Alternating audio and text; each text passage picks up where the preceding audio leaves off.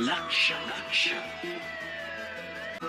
लक्ष लक्ष नाशिककरांनो, तुमच्या घरातील इलेक्ट्रॉनिक वस्तूंसाठी एकच विश्वासाचं ठिकाण वाझट इलेक्ट्रॉनिक्स.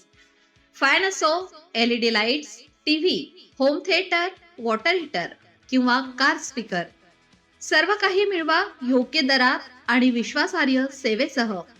पत्ता: रामालय हॉस्पिटलच्या बाजूला, भगवती मिसळच्या मागे, पंचवटी कारंजाजवळ, नाशिक.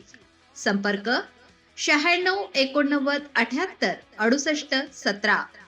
वाझट इलेक्ट्रॉनिक्स, गुणवत्ता आणि विश्वासाचं प्रतीक.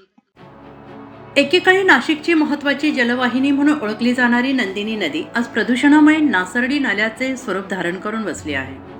नदीच्या स्वच्छतेसाठी आणि पुनरुज्जीवनासाठी कोट्यवधी रुपयांचा निधी मंजूर करण्याची मागणी होत असली तरी सर्वप्रथम नदीत मिसळणारे ड्रेनेजचे सांडपाणी पूर्णपणे बंद करणे गरजेचे असल्याची भूमिका निसर्गप्रेमी अमित कुलकर्णी यांनी मांडली आहे.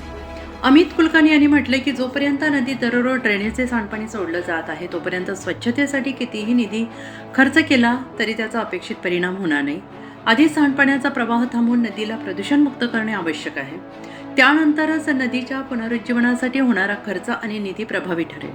नंदिनी नदीचे पूर्वीचे वैभव परत मिळावे आणि तिचे नैसर्गिक अस्तित्व टिकून राहावे. भविष्यात ती पुन्हा स्वच्छ आणि प्रवाही बनावी अशी अपेक्षा नाशिककर व्यक्त करत आहेत. मात्र यासाठी प्रशासनाने सर्वप्रथम नदीत मिसळणारे ड्रेनेजचे पाणी कायमस्वरूपी बंद करण्यासाठी ठोस उपाययोजना कराव्यात अशी मागणी जोर धरते. नंदिनी नदीच्या स्वच्छतेसाठी प्रस्तावित निधी खर्च करण्यापूर्वी प्रदूषणाचे मूळ कारण दूर करणे आवश्यक असल्याचं मत पर्यावरणप्रेमी आणि नागरिकांकडून सातत्यानं व्यक्त केलं जात आहे. आता प्रशासन यावर नेमकी काय भूमिका घेते याकडे संपूर्ण नाशिककरांचे लक्ष लागून राहिले. नमस्कार.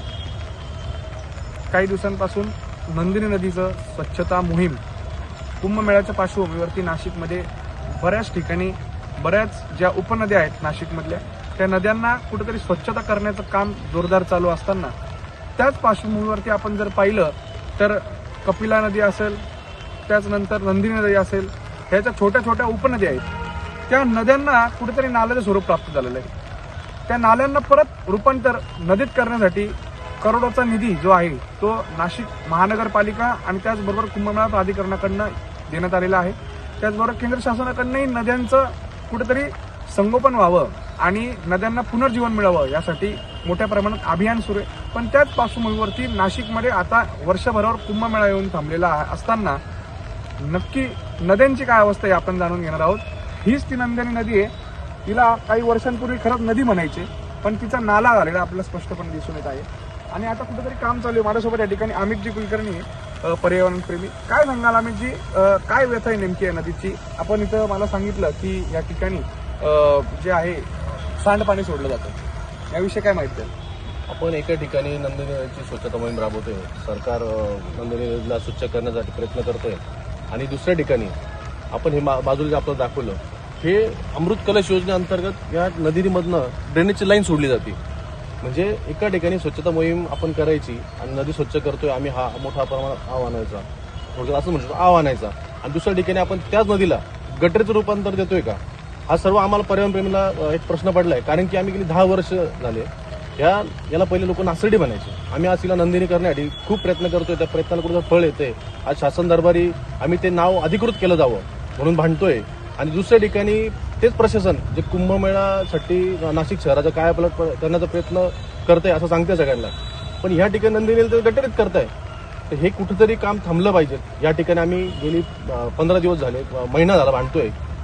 आम्ही विभागीय आयुक्त असेल, जे विभागीय आयुक्त उच्च न्यायालयाने गोदावरीसाठी त्यांची कमिटी बनवली.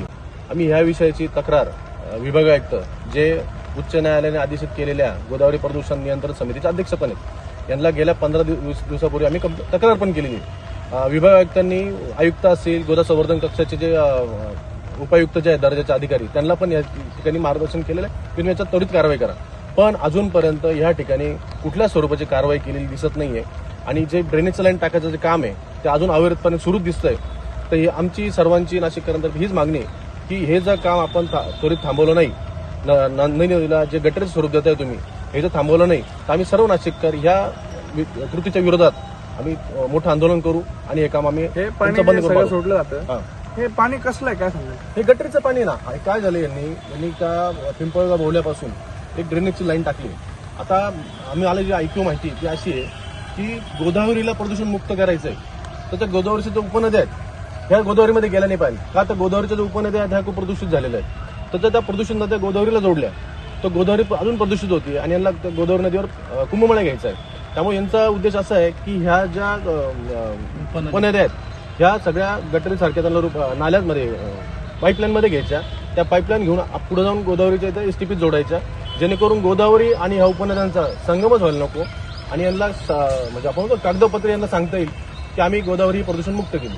म्हणजे कुठेतरी या माध्यमातून जर आपण पाहिलं तर उपनद्यांना पुनर्जीवनाचं काम करायचं नाही तर त्यांना नाल्यांमध्येच रूपांतरित ठेवायचं, दाखवताना नदी दाखवायची. यावर काय पर्याय? यावर पर्याय एकच आहे, म्हणजे आम्ही पहिल्यापासूनच मागणी करत आहे. तुम्हाला जर गोदावरी प्रदूषण मुक्त करायची आहे तर तिच्या जेवढ्या उपनद्या आहेत त्या पहिले प्रदूषण मुक्त करा. त्यांना जेवढे नैसर्गिक नाले हे तुम्ही प्रदूषण मुक्त करा, तरच तुम्हाला गोदावरी प्रदूषण मुक्त करता येईल आणि तरच त्यात तुम्हाला कुंभमेळा घेता येईल. जर तुम्ही या उपनद्या स्वच्छ नाही केल्या आणि जर तुम्ही त्या बंद करायचा तुम्ही घाट घालणार असाल तर तुम्हाला भविष्यात नाशिकमध्ये एवढं मोठं प्रमाणात जे आपण बोलतोय की पूर येत आहे वगैरे येत आहे, तर नाशिकमध्ये तुम्ही उपनद्या जर बंद करणार असाल तर नाशिकला जी मोठ्या प्रमाणात आपत्ती येईल याला सर्वस्वी जबाबदार हे प्रशासनच असेल. धन्यवाद आपण प्रतिक्रिया दिल्याबद्दल. यावर आता कुठेतरी नेमकं प्रशासन काय पाऊल उचलतं हे बघण्यासारखं ठरलं. आपण